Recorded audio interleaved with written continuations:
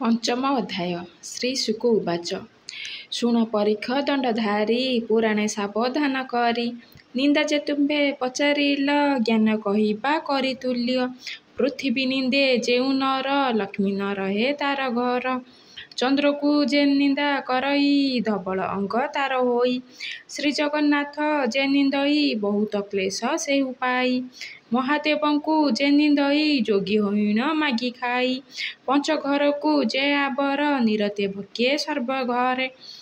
ଗ୍ରାମଦେବତା ଯେ ନିନ୍ଦଇ ଗ୍ରାମରେ କଣ୍ଡରା ହୁଅଇ। ଜଳ ନିନ୍ଦଇ ଯେଉଁ ଜନ ତୃଷାରେ ମରୁ ଥାଇ ପୁଣ। ଗୋରୁକୁ ନିନ୍ଦା ଯେହୁ କରେ ଗୋରୁ ନ ମିଳଇ ତାହାରେ।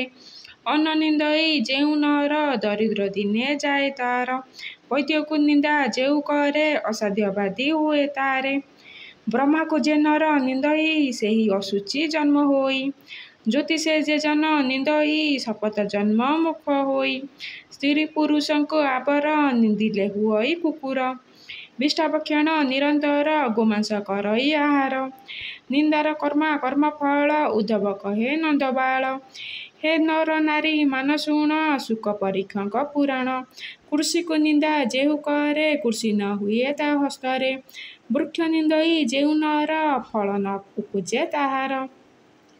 ବିଦ୍ୟାକୁ ଯେ ଜନ ନିନ୍ଦଇ ତାହାର ବିଦ୍ୟା ନ ହୁଅଇ। ଅନୁକୁ ନିନ୍ଦେ ଯେଉଁ ନର କୀଟ ହୁଅଇ ତା ଶରୀର। ଅକ୍ଷର ଯେ ଜନ ନିନ୍ଦଇ ଅନ୍ଧ ବଧିର ସେ ହୁଅଇ।